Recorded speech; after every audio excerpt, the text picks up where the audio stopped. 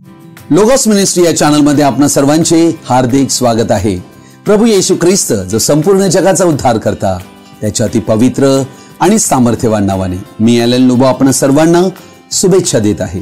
हे channel subscribe करणाऱ्या सर्वांची मी हृदयपूर्वक आभारी आहे। आजचा हा संदेश जर तुम्ही पहिल्यांदाच पाहत असाल आणि हा संदेश जर तुम्हाला आवडला तर कृपया माझी विनंती आहे की तुम्ही तो लाईक करावा, इतरांबरोबर शेअर करावा आणि अशा प्रकारचे आमचे नवीन येणारे संदेश तुम्हाला कायम मिळण्यासाठी कृपया तुम्ही बेल रिंग प्रेस करावी। Thank you and God bless you.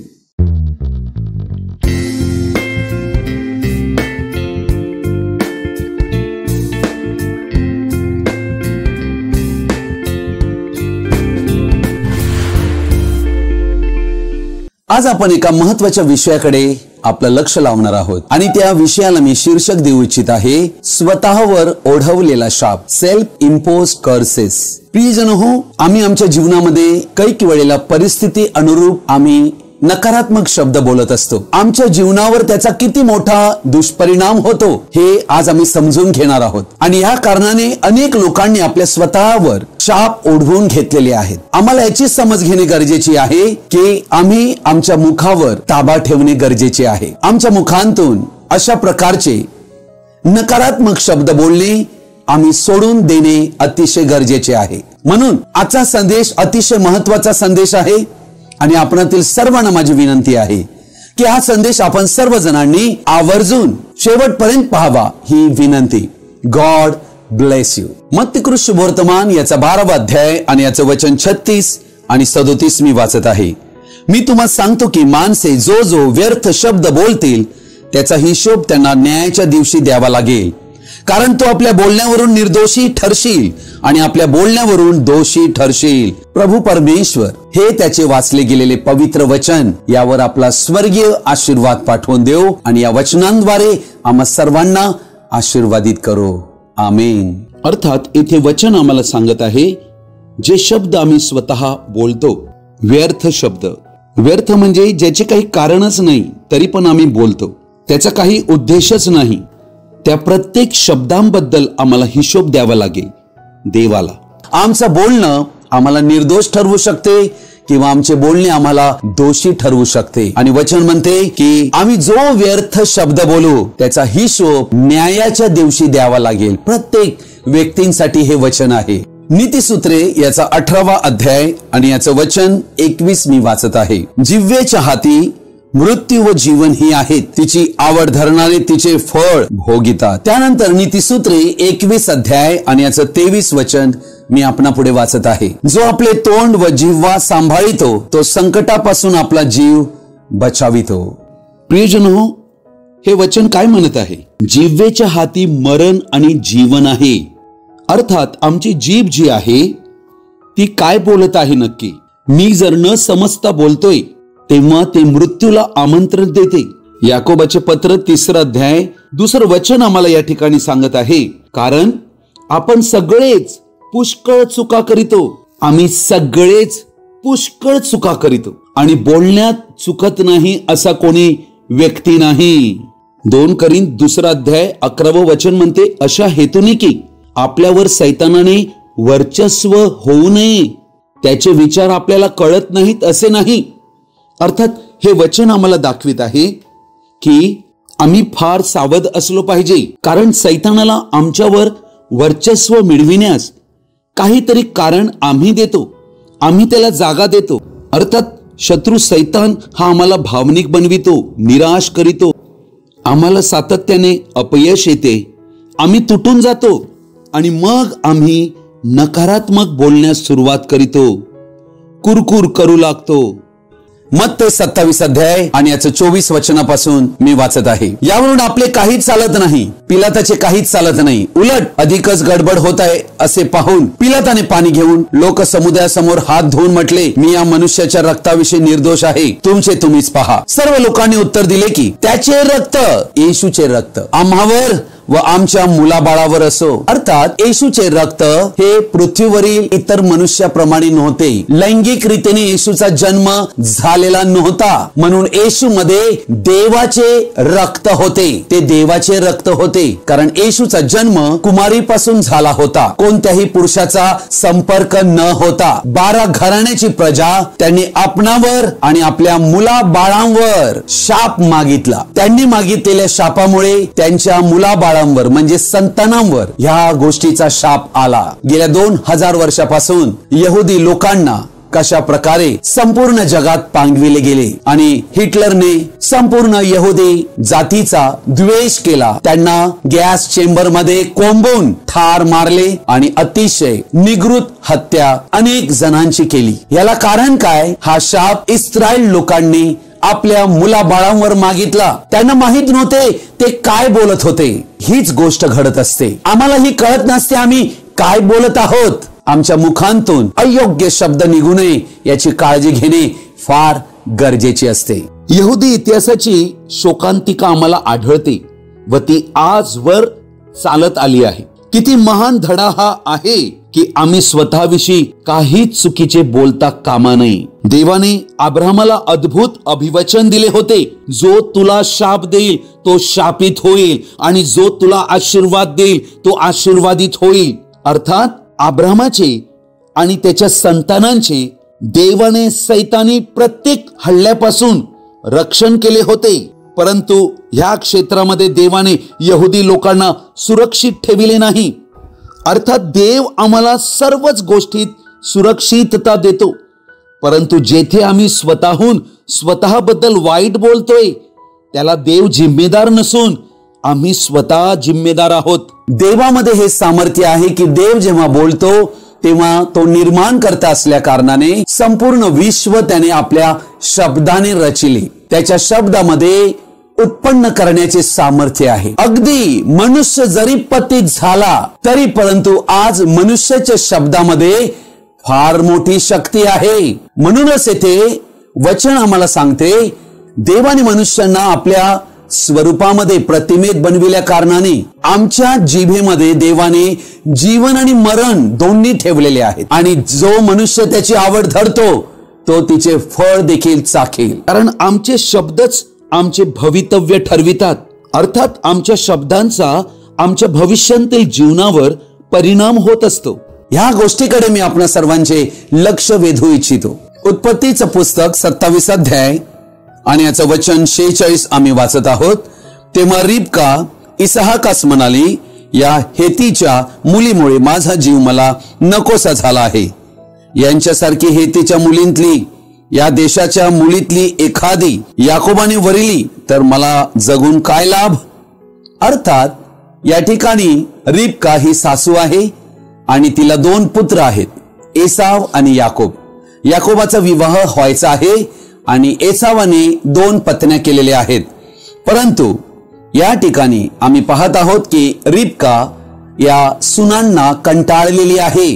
एवढी कंटाळलेली आहे की ती शब्द बोलत आहे, माझा जीव मला नकोसा झाला आहे. अर्थात तिने अशा प्रकारचे शब्द आपल्या मुखांतून बोलले. पुढे आम्ही पाहतो, एखादी याकोबाने वरिली तर मला जगून काय लाभ. अर्थात मनुष्य कोणत्या तरी गोष्टीमुळे निराशेत आणि चिंतेखाली दबलेला आहे आणि अशा दबलेल्या अवस्थेचा सैतान पुरेपूर फायदा घेतो. आम्ही सर्व व्यक्ती भावनिक आहोत आणि आमच्या भावना अशा नकारात्मक शब्दाने आम्ही चिंताग्रस्त झाल्यावर आणि आम्हाला पुढे काही रस्ता न दिसत असल्या कारणाने आम्ही बोलतो. आम्ही हे बोलता कामा नये. अर्थात तिने देवाने तिला दिलेले जीवन हे नाकारलेले आहे, जीवनाचा नकार केलेला आहे आणि मृत्यूची आवड धरलेली आहे. का बरे ख्रिस्ती लोकांवर ही सैतान ताबा मिळवितो? ह्याचे कारण जसे अनेक जणांना एक सवय जडलेली असते, मी तारुण्यामध्येच मरणार आहे, मी कधी बदलणारच नाही, मी जीवनात कधी पुढे जाणारच नाही, मी फार कुरूप आहे, कोणी माझ्यावर प्रेम करीतच नाही, मला हे करताच येणार नाही, मी फार जाड झालो आहे, मी एवढं हुशार नाही, मी काही कामाचा नाही, मी अपयशीच आहे, मला हे पुढे करता येणार नाही. मी मेलो असतो तर बरे झाले असते. माझ्यावर कोणी प्रेम करीतच नाही. प्रियजन हो, हे शब्द ऐकल्यावर तुम्हाला काय कळत आहे? व्यक्ती नकारात्मक बनलेला आहे. असे शब्द कधीही आम्हाला बोलता कामा नये.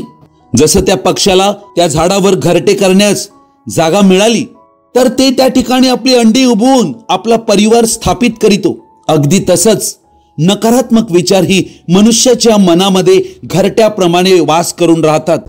त्यांना फक्त कारण हवं आहे. मग अशा गोष्टी पापमय जीवनाच्या उपक्रमांतून उद्भवतात. अर्थात आम्ही काय व कसा विचार करतो ते आम्ही बनतो. या नकारात्मक विचाराचा जबरदस्त परिणाम आमच्या भावनेवर, आमच्या कृतीवर, आमच्या आरोग्यावर होतो. मला जगायचं नाही, मी मरू इच्छितो, हे शब्द बोलले जात आहेत. भयानक नकारात्मक शब्द हे सैतानाला कायदेशीर आमंत्रण देतो. कोणताही उद्देश नसताना याचाच फायदा सैतान घेतो. ख्रिस्ती लोकांना याची जाणीव नसल्या कारणाने सवय जडली आहे अशा प्रकारे नकारात्मक बोलण्याची, अजानपणे बोलण्याची. म्हणून आम्ही जे काही शब्द बोलतो, आमच्या शब्दांवर आमचा ताबा हवा. मोजके व योग्य तेच आम्ही बोलावे, कारण आम्ही सर्व भावनात्मक व्यक्ती आहोत. अजूनपर्यंत हे चॅनल जर तुम्ही सबस्क्राईब केले नसेल तर आपणाला माझी विनंती आहे, कृपया तुम्ही हे चॅनल सबस्क्राईब करावे. उत्पत्ती 27 अध्यायातल्या 13 वचनात मी वाचत आहे. त्याची आई त्याला म्हणाली, माझ्या बाळा, तुला शाप मिळाल्यास तो मला लागो. माझे एवढे म्हणणे ऐक व करडू घेऊ नये. इसहाक जो त्यांचा वडील, त्याची इच्छा होती की एसावाला आशीर्वाद द्यावा, म्हणून आईने युक्ती करून याकोबाला पुढे केले की तो आशीर्वाद तू मिळवून घे. म्हणून ती याकोबाला सांगते. परंतु याकोबाला भीती वाटते की वडिलांना जर माझी ओळख मिळाली आणि त्यांनी आशीर्वादाऐवजी शाप मला दिला तर काय होईल. तेव्हा आई म्हणते, बाळा तू घाबरू नकोस, तो तुझा शाप मी स्वतःवर घेईन.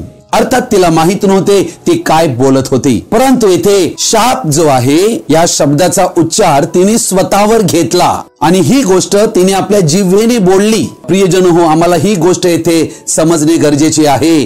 रिबकेचा मृत्यू त्यामुळे लवकर झालेला आहे. निर्गमनाचं पुस्तक 14वा अध्याय याचं 11 आणि 12 वचन मी आपणा पुढे वाचत आहे.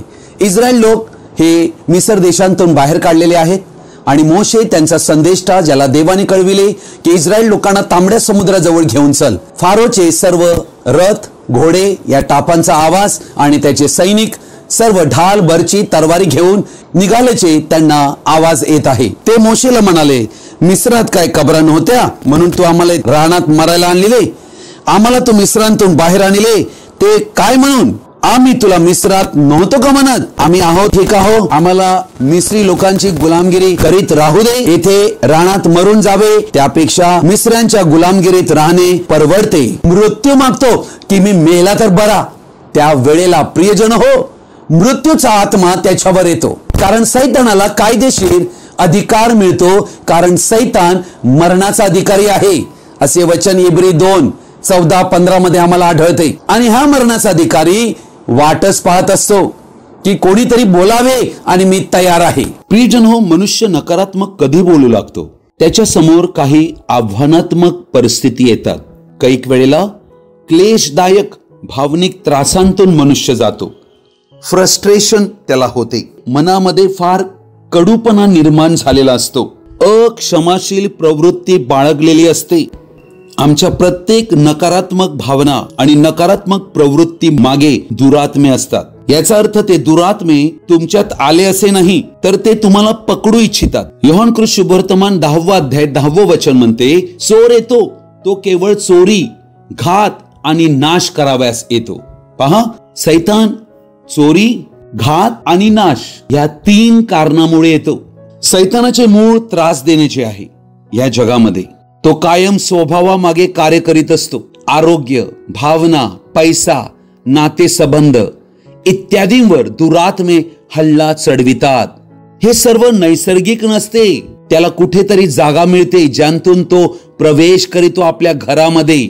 अनेक जण जेवायला बसलेले आहेत पण जेवणाला नावं देतात. बायबलमध्ये स्तोत्रामध्ये शब्द लिहिलेला आहे, जेवणाला नावे देणाऱ्या अधर्म्यांप्रमाणे. प्रियजन हो, आम्ही कधीही जेवणाला नाव देता कामा नये. पती पत्नीला म्हणतो, मला तू ते जेवण देतेस त्याचा मला कंटाळा आला आहे. पहा, ह्यामुळे काय झालं माहित आहे? अपचनाला सुरुवात झाली. अर्थात स्वतःवर अंजानपणे शाप मागितला. अनेक लोक आता अजूनही आम्हाला करोनाच्या भीतीमुळे किंवा काय माहित नाही, ते तोंडाला मास्क लावून फिरतात आणि त्यांच्या मनात सतत हेच असते की विषाणू मला पकडतील, आणि ते बोलून दाखवतात ते विषाणू मला पकडतील. जेव्हा ते म्हणतात ते विषाणू मला पकडतील आणि ते आपल्या स्वतःवर अशा प्रकारे आजार घेतात. कैक वेळेला विवाह झाल्यानंतर स्त्री म्हणते, मला नाही वाटत मी गर्भवती राहीन, आणि पहा त्याप्रमाणेच घडते. वांसपणा येतो. हे सर्व शाप नकारात्मक गोष्टी बोलण्याने येतात. कैक वेळेला कुटुंबामध्ये विभक्तपणा येतो. विवाह तुटला जातो. तेव्हा ती बाई म्हणते, हा, माझा ज्याने हात पाहिला होता तो मला म्हणाला होता पती तुला सोडून देईल. मग ती काय म्हणते, माझ्या नशिबातच नाही. पहा, नकारात्मक बोललं आणि सर्व आपल्यावर घेतलं. अनेक जण आर्थिक अडचणींतून जात आहेत. अपुरेपणा, कारण ते काय म्हणतात, माझ्याकडे पैसा टिकतच नाही, मला देवाच्या भांडारात दशमांश देताच येत नाही. आणि पहा, अपुरेपणाला सुरुवात होते. कैक वेळेला आम्ही कैक लोक पाहतो जे अपघाताला सामोरे जातात, कारण ते म्हणतात माझे असेच होते, तरी मला वाटलेलंच पुढे काहीतरी अडचण आहेच, असे शब्द ते बोलतात. आत्महत्या करणारा व्यक्ती किंवा वेळेपूर्वी येणारा मृत्यू, यासाठी ते काय म्हणतात, जगून काय फायदा, येथे जगण्यापेक्षा मेलेले बरे. अर्थात आशारहित, अर्थरहित असे बोलून अंजानपणे सैतानाला कायदेशीर आमंत्रण देतो आणि सैतानाला स्थान देऊ नका असे वचन इफिस 4:27 आम्हाला म्हणते. त्याला एकदा स्थान मिळाले की तो आमच्यावर हल्ला करीतो, छळ करीतो, आम्हाला त्रास देतो. म्हणून आम्हाला कैक ख्रिस्ती व्यक्ती आपल्या बोलण्यामुळे सैतानाच्या सत्तेखाली सापडलेले आढळतात. सैतान हा प्रारंभापासून मनुष्य घातक आहे, मरणाचा अधिकारी आहे, आणि मरणाचा आत्मा हाच मृत्यूचा आत्मा मनुष्याला फसवितो, मनुष्यावर टपून असतो. योहानाचे पहिले पत्र 5वा अध्याय 19वे वचन म्हणते, आपण देवापासून आहो हे आपल्याला ठाऊक आहे. अर्थात जो हरेक व्यक्ती नवीन जन्म प्राप्त केलेला आहे त्याला हे माहित आहे की तो देवापासून जन्मलेला आहे, देवाचा पुत्र आणि देवाची कन्या ती आहे, ते देवाचे लोक आहेत. वचन पुढे म्हणते, सगळे जग त्या दुष्टाला वश झाले आहे. सगळे जग म्हणजे अख्खं जग, आणि दुष्टाला वश म्हणजे सैतान, याला वश झालेला आहे, म्हणजे सैतानाच्या स्वाधीन आहे. प्रियजनो, देवाने इस्रायल लोकांना अभिवचन दिले होते की मी तुम्हाला कनान देशात घेऊन जाईन, आणि त्यासाठी मोशेने 12 हेर पाठविले होते की जाऊन तुम्ही देश हेरून या. त्यांनी खबर दिली की तो देश दुधा मधाचा असा प्रदेश आहे खरा, परंतु तेथे आम्ही नेफिलीम म्हणजे नेफिली घराण्यांतील अनाकाचे वंशज आम्ही पाहिले, आणि ते लोक फार मोठे धिप्पाड लोक आहेत. आणि त्या लोकांना पाहून हे घाबरले. 12 हेरांतील 10 हेरांनी इस्रायलाच्या संपूर्ण 20 लाख लोकांना हे कळविले की आपण तो देश घेण्यास समर्थ नाही. मोठे धिप्पाट लोक, यांच्या बरोबर आम्ही लढू शकत नाही, त्यांच्या पुढे आम्ही टोळासारखे आहोत. यहोशू आणि कालेब हे देखील त्या 12 हेरातले दोघे होते, परंतु त्यांनी संपूर्ण मंडळीला होकारात्मक सांगितले की आपण जाऊ आणि तो देश आताच्या आता घेऊ शकतो. परंतु लोकांनी 10 हेरांचे ऐकले आणि संपूर्ण इस्रायल लोक यांची काय अवस्था झाली. गणना 14 अध्याय 1 आणि 2 वचन. तेव्हा सर्व मंडळीने गळा काढून विलाप केला आणि लोक रात्रभर रडले.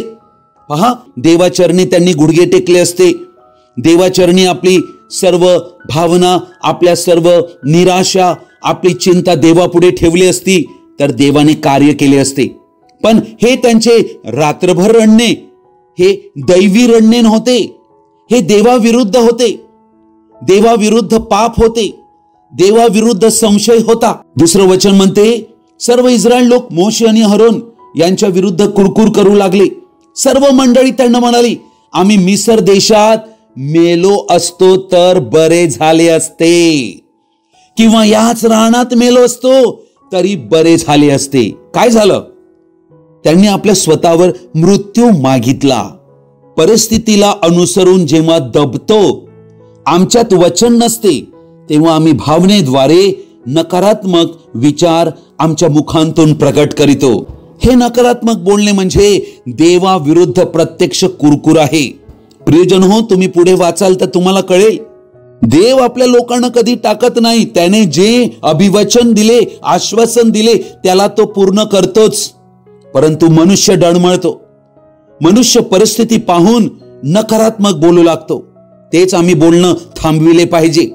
काय नकारात्मक बोलू लागतो? मला नाही वाटत हे होईल, मला नाही वाटत हे खरे आहे, मला नाही वाटत देव मला हे करू देईल.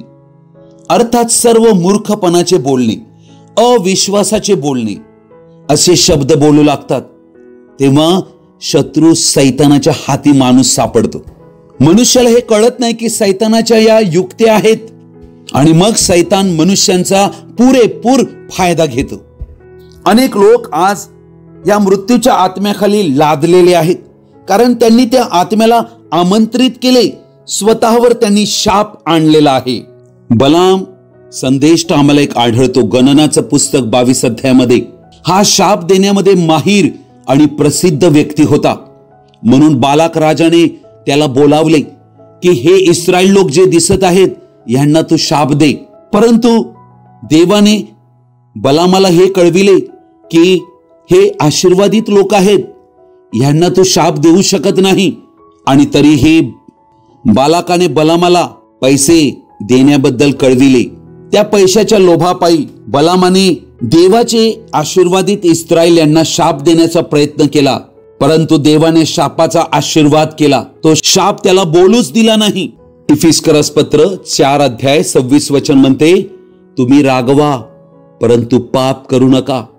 तुम्ही रागात असताना सूर्य मावळू नये आणि सैतानाला वाव देऊ नका. अर्थात हे वचन आम्हाला काय सांगत आहे? तुम्ही रागात असता सूर्य मावळू नये याचा अर्थ काय? कोणताही राग घेऊन तुम्ही आपल्या अंथरुणावर झोपण्यासाठी जाता कामा नये. तुम्ही त्या गोष्टी सोडून द्यायला पाहिजे. परंतु आज हे वचन असूनही असंख्य ख्रिस्ती लोक ह्यामध्ये जगत आहेत. छोट्या छोट्या गोष्टीवरून, कारणावरून कटकटी करीत आहेत, भांडण करीत आहेत, रुसत आहेत, फुगत आहेत. जेव्हा खोटे बोलले जाते किंवा मनुष्य रागामध्ये असतो, चुकीची भाषा वापरतो, कठोर शब्द बोलतो, शिव्या देतो आणि कडूपणामध्ये जगतो, माफी करायला तयार नसतो. 2 कोरिंथ्याचा 10 अध्याय 5 वचन म्हणते, तर्क वितर्क व देवविषयक ज्ञानाविरुद्ध उंच उभारलेले असे सर्व काही पाडून टाकून आम्ही प्रत्येक कल्पना अंकित करून तिला ख्रिस्तापुढे मान वाकविण्यास लावतो. आमच्या मनात येणारी सर्व नकारात्मक गोष्टी या ख्रिस्तापुढे मान वाकविण्यास आम्ही लावल्या पाहिजेत. यासाठी आम्हा ख्रिस्ती व्यक्तींना देवाने पाचारण केलेले आहे. असे सर्व तर्क वितर्क जे आमच्या मनात उद्भवतात ते भावनेद्वारे परिस्थितीनुरूप आमच्या जीवनात देवाविषयी अविश्वास निर्माण करीतात. प्रत्येक कुरकुर आणि प्रत्येक नकारात्मक गोष्टी देवाविरुद्ध बोलल्या जातात. सर्व काही पाडून टाकून त्याला त्या प्रत्येक कल्पना ख्रिस्ता समोर अंकित केल्या पाहिजेत की त्या झुकविण्यात याव्या. याकोबाचे पत्र 4 अध्याय 7 वचन म्हणते, देवाच्या अधीन व्हा आणि सैतानाला अडवा, मग तो पळून जाईल. 3 गोष्टी दिलेल्या आहेत. पहिली गोष्ट देवाच्या अधीन होणे आहे. म्हणजे देवाला आम्ही प्रामाणिकपणे कबुली देऊन आमच्याकडून घडलेल्या अपराधाबद्दल देवापुढे पापांगीकार करणे आहे आणि देवाच्या स्वाधीन होणे आहे. देवाकडून पापांची माफी मिळवून घेणे आहे. आम्ही बोललेल्या चुकीच्या शब्दांबद्दल सर्वप्रथम आम्हाला खरा पश्चाताप करणे आहे. आम्हाला देवाकडे माफी मागणे आहे की असे आम्ही शब्द बोललेलो आहोत आजपर्यंत आणि त्याची फळं आम्ही चाखलेली आहेत. दुसरी गोष्ट आम्हाला करणे आहे, बोललेले शब्द आता आम्हाला माघारी घेणे आहे, म्हणजे रद्द करणे आहे. आता एकदा का शब्द बोलला गेला की तो आम्हाला परत घेता येत नसतो, परंतु आम्हाला तो रद्द करणे गरजेचे आहे.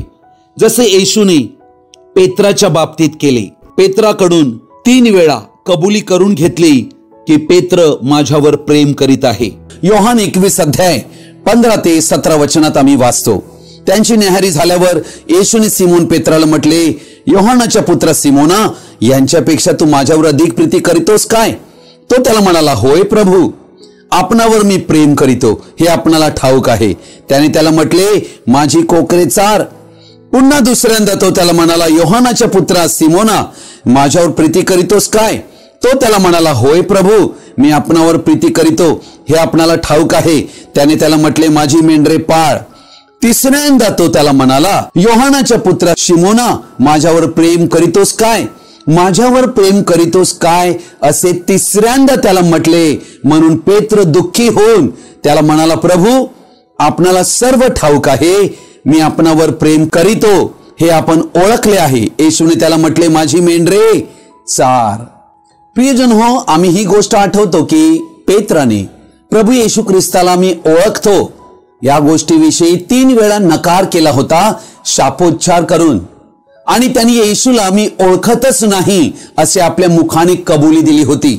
अर्थात प्रभू येशू ख्रिस्ताने पेत्राकडून 3 वेळा कबुली करून घेतली यासाठी की त्याने जे नकारात्मक बोलले होते ते रद्द केले जावे.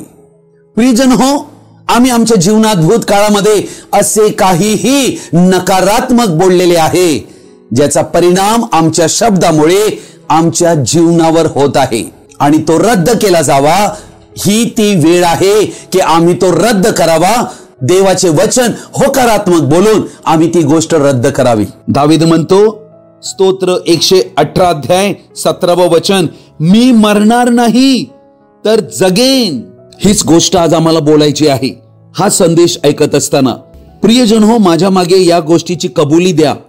मी मरणार नाही तर मी जगेन.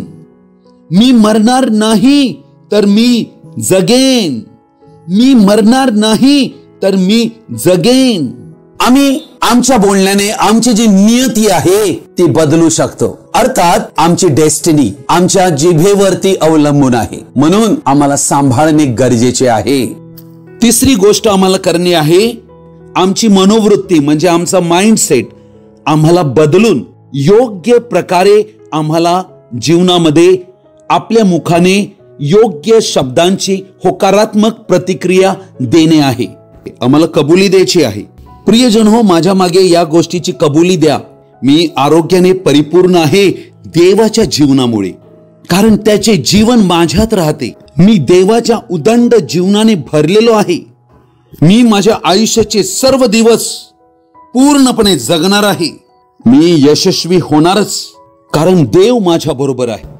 जिवंताच्या भूमीत मी देवाचे चांगुलपण पाहत आहे.